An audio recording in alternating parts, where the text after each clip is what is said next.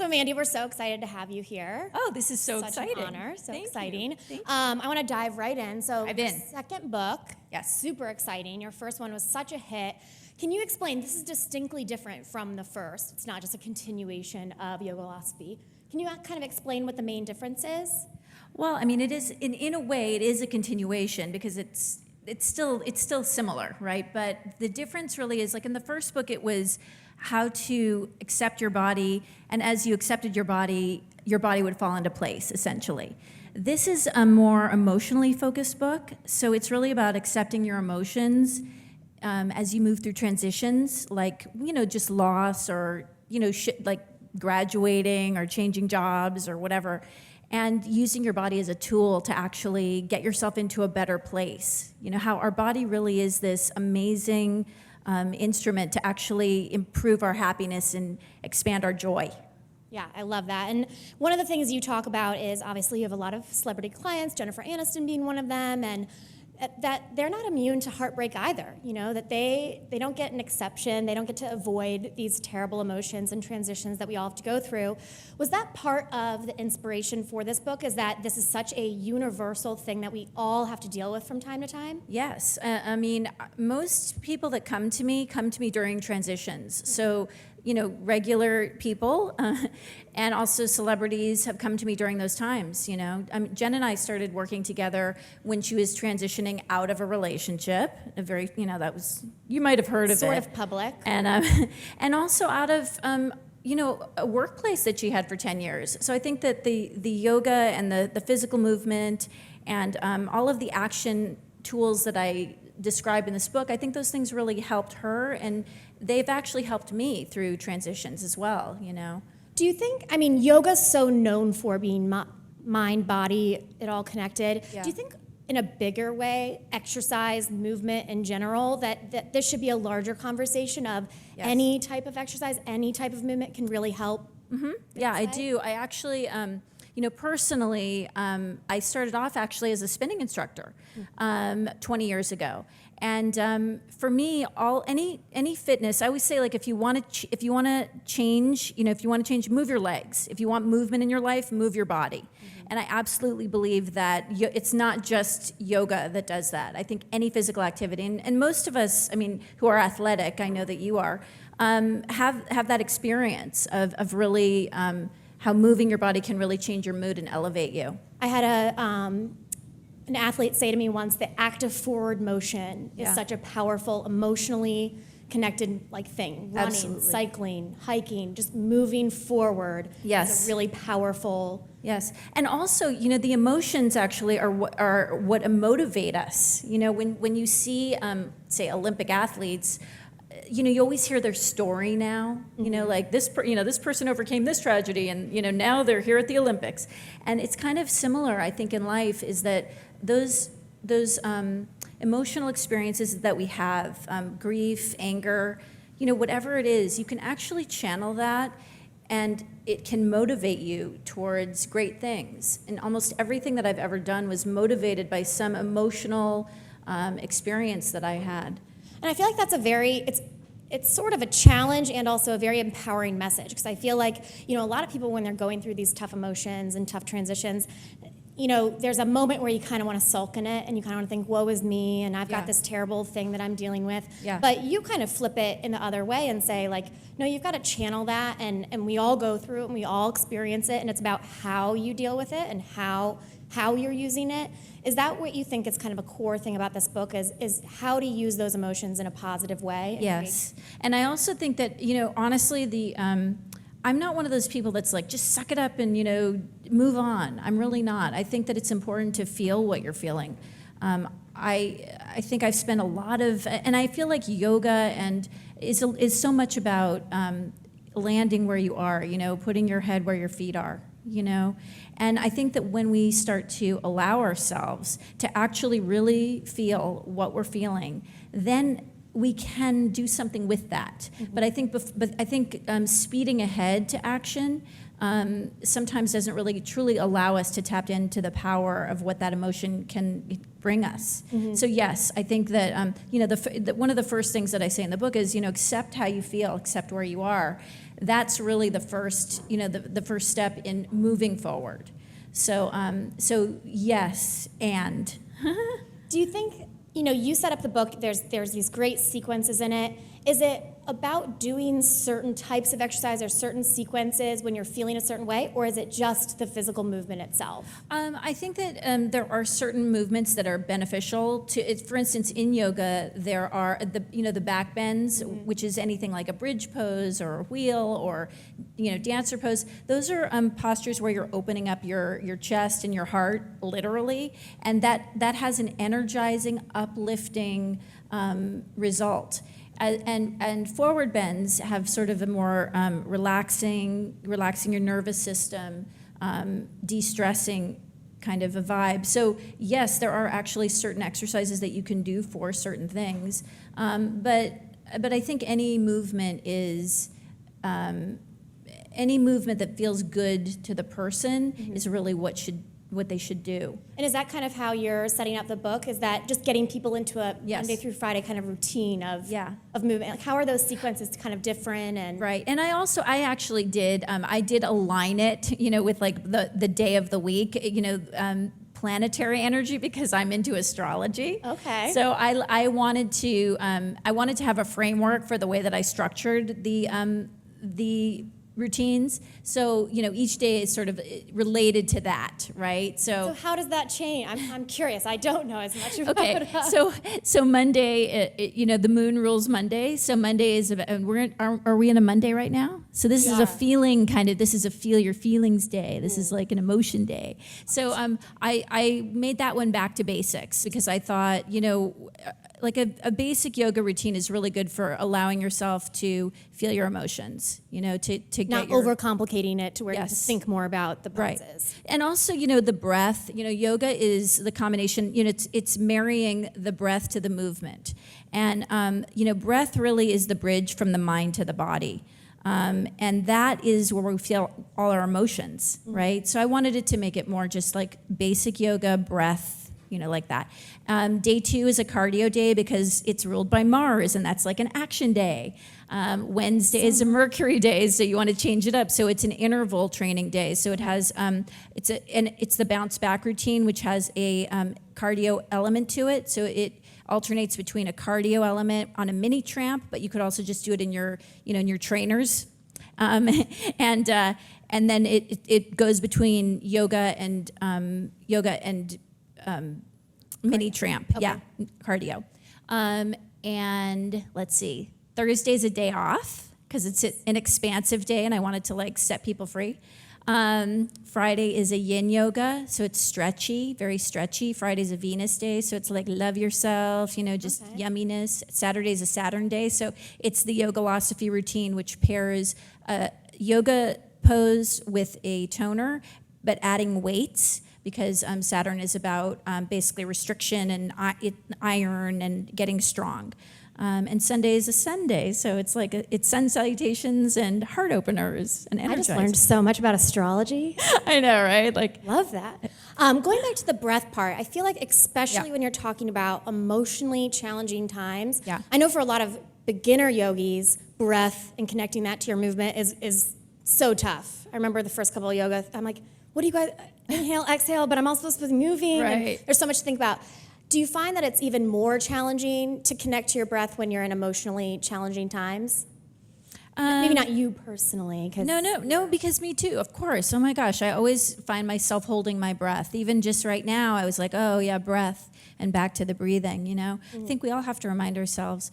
I remember when I was a little kid, my dad would be like, breathe, like when I hurt myself, so I think that when you have that, when there's stress, I think that we do have a tendency to hold our breath. So it can be a little more difficult, but anytime that we, like if somebody says breathe, you start breathing, which kind of brings us back to the original question.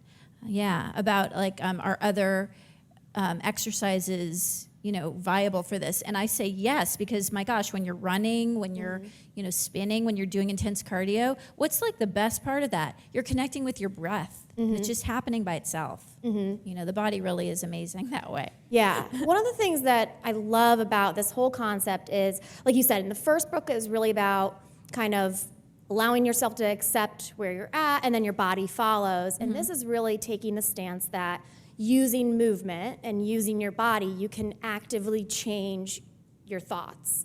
Yeah. Is that something that you're asking people and clients? Are you directing them during, is there stuff that you should be thinking about during these sequences I think to help that, do that? Well, that's why, of course, it's a book. So I've included, stories, and so the stories and the mantras, the affirmations that I include in each chapter, and those are all supposed to put people in a headspace. Yes, because when I teach, I tell stories. I tell stories about myself. To remind people. Of where to put their head, like the idea that this really is this feeling of maybe it's a sensation in your body, or maybe it's a feeling of heartbreak. It's just a feeling, and we can start to reframe it and think of it like this is something that's actually helping me to grow. My heart is breaking open. Like it's actually getting bigger. Things like that. I think that's the key to being a teacher, is that you get to share with people like these little, just when they're in a really open place, you get to just drop little, drop truth. You get to just drop these little things in there. Yeah, little truth bombs. And I think that's what's amazing. You're really open when you're being physical, and so you're. You can actually reframe a lot during those moments. Reframing for you, what does that exactly mean? Is that just radically accepting a different thought, or is that just shifting it a little? I'm curious as to, there's some people that think you just have to kind of fake it till you make it and just accept, like, no, this is a good thing, and repeat it until you actually believe that. Yeah. Is that kind of your stance, or is it more? Well, different things work for different people. Like some people fake it till you make it works really well, but there are other people who don't want to fake it, and so I think it doesn't work as well. I think that sometimes we have to trick ourselves, a little this way or that way into, oh wait, yeah, like this is positive. And actually, I sprained my back last week, okay, and I was about to start my tour. So I literally sprained my back. I woke up and I couldn't even roll over. And I'm like, okay, great. I'm about to go on planes, carry luggage, teach people. Wear high heels on occasion. Yeah, wear high heels. And I was like, what am I going to do? And then I started to go, you know what I'm going to do? I'm going to just notice how much love people are giving me while I'm feeling this way. And I'm going to ask for help. And you know what, the people on the plane were so nice. They would like bend over and put my, bag underneath the seat. People gave me their seat because I needed to sit on the outside because I didn't want to torque myself. It was like amazing how loving strangers were. So I think I just changed the way I was going to look at things and what I was going to look at. So, That's a great example. I know. I felt really proud of myself because it's hard for me to do as well. Well, I was about to say, that's kind of an interesting point, too. Like, I think everybody, women kind of particularly, feel like they're not allowed to, like, verbalize or say how they're feeling or kind of admit when they're in those weak places. Yes. And do you find that that's something that kind of needs to change, is really just being able to accept and then also say to other people, well, I need help? I think that there's like something that happens first. My mother was a perfectionist, and one of those women, she always looks great. She's always put together, she's always nice. But I saw behind the scenes at home, she had her stuff. So I feel like I was raised by somebody like that, and I love her, and she's awesome. But I found myself, wanting to really break out of that.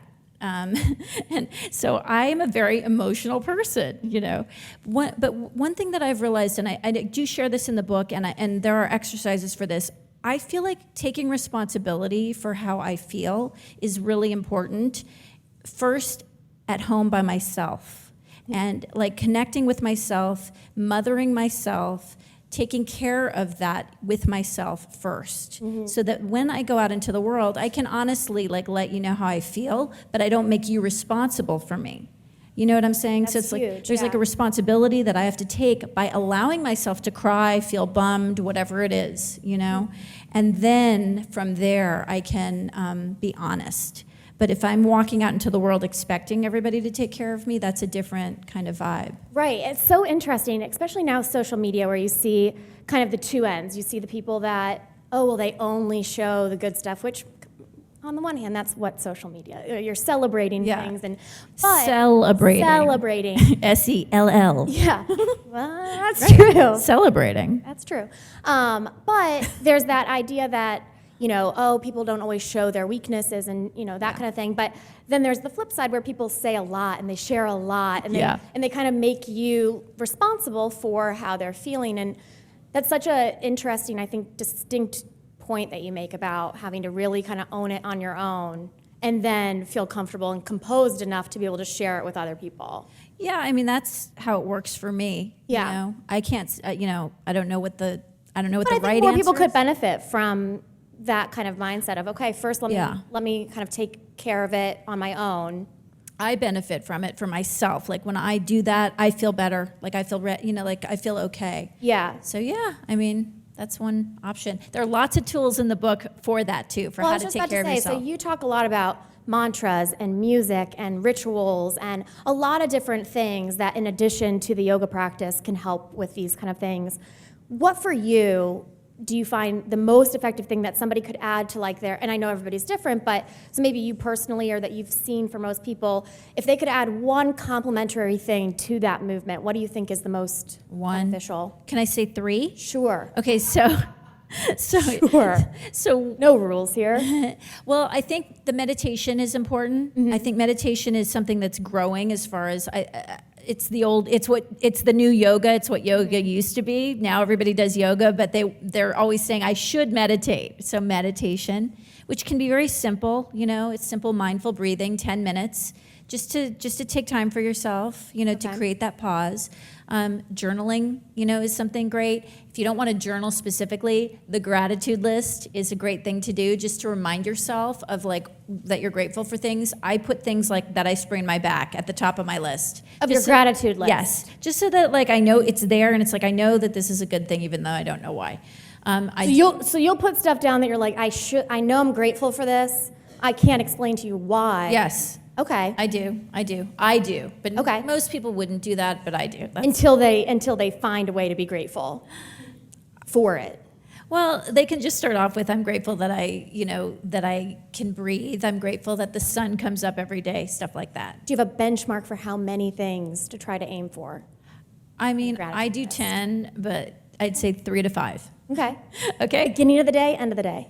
Beginning, I like the beginning. I don't think it matters. There's not a lot of rules Yeah. for this stuff.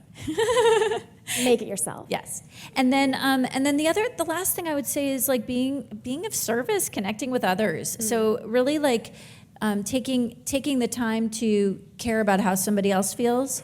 That's actually, you know, in terms of happiness and feeling better in the world, connection is really one of the things that make people feel better. And helping another is one of the things that makes people feel connected. I think it's like it's been documented at this point. Yeah. That when you connect with somebody else and help someone else and make someone else feel good, It you helps feel you. good. Yeah, it benefits you. How do you balance that with, you know, I think in our society, again, women have this like, okay, let me do everything for everybody else. So, you know, is it still important that at the end of the day, you're really focusing on you too? So it's not just, First. you know, you first. Yes. Yeah. I mean, the meditation and journaling, those are, you know, and then that's why I said, can I say 3? Yeah. Because those other, I think that the two of finding where you are really super important. But I also, part of what I want to impart through my book is that connection and sharing is really important.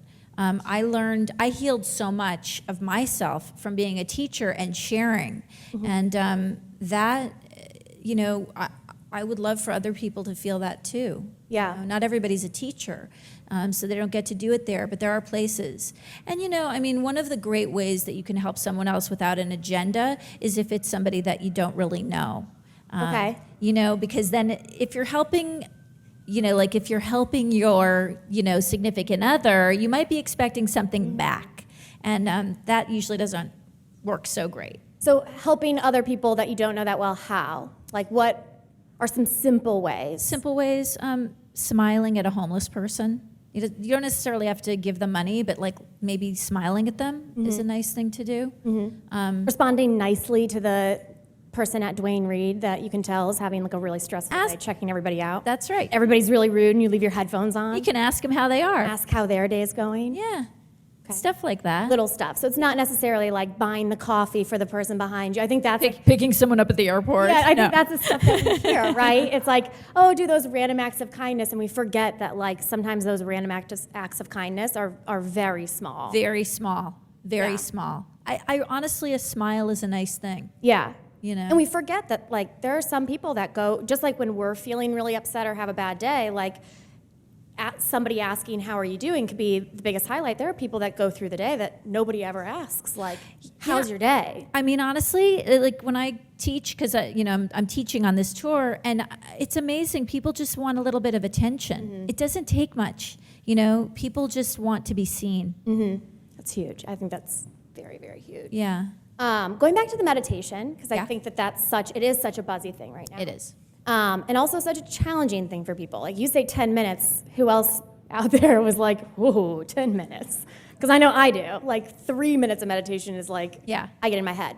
I think one of the hardest things for me, and I have talked to other people that I think feel similarly, I immediately get distracted and then I'm judging myself that I can't stay Yeah. like in it. How do you kind of help beginner meditation people? What should they be doing during that 10 minutes? If they've never done this before, but they want to try, Right. what's kind of the protocol? Well, I mean, first of all, what I say also is it's like a muscle. So it's like going to the gym. Yeah, it's hard when you go once, you know, every month. But if you show up 3 times a week and you at least try, you get stronger. And so, yeah, in the beginning, meditation it's squirmy, it's fidgety, it's awkward, it's judgy. But if you continue to do it, it just that muscle gets stronger, that ability to focus. So I want to start with that one. It's like just do it, Yeah. just meditate. Right. So there's that, and I recommend. They have apps, you know, Headspace. There's the 30-day challenge with, you know, Deepak and Oprah, like those things. Those all work really great because you can kind of sign up for it and you're responsible to it every day, or you have control over it, but it's still telling you what to do.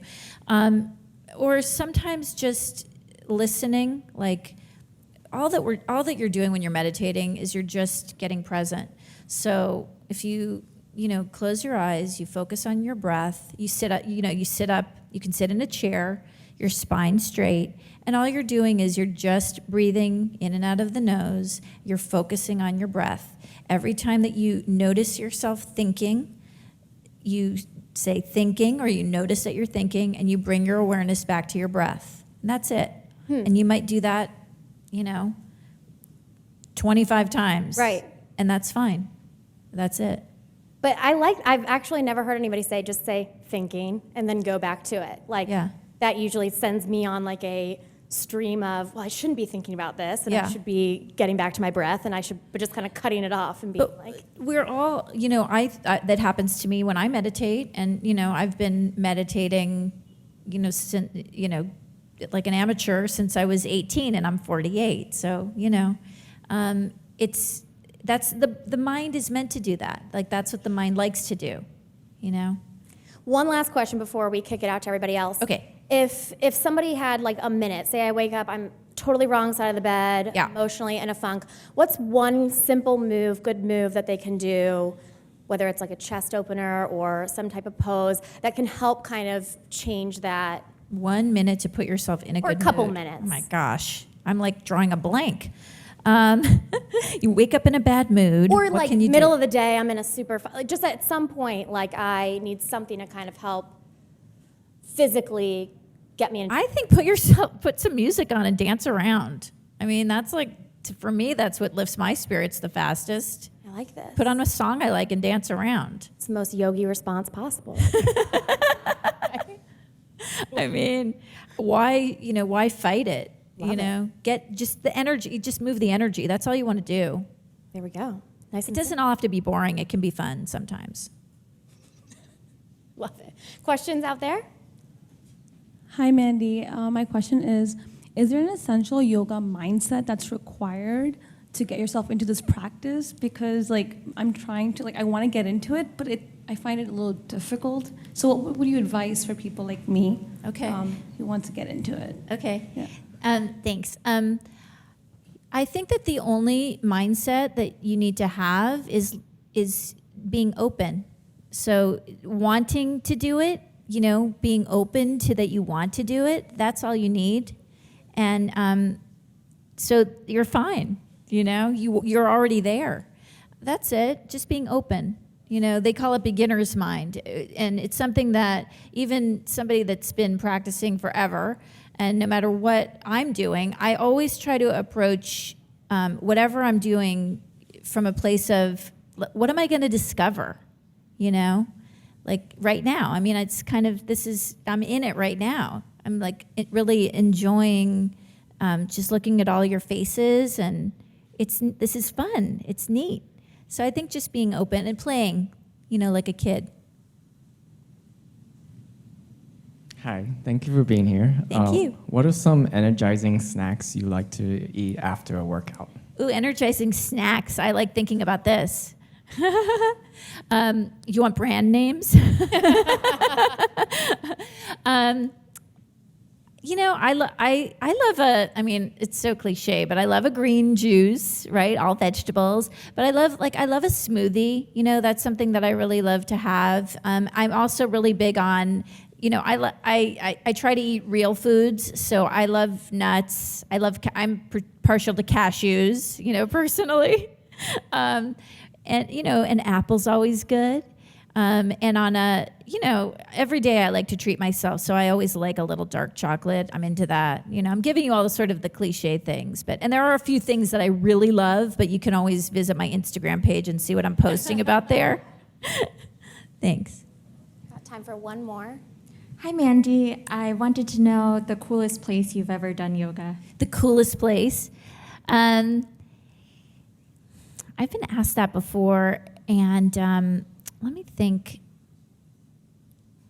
Well, I think that it's more like location. I've done some great yoga, on some amazing vacations. So, Mexico is one of my favorites, Cabo. So I've just because you're looking out on beautiful beaches.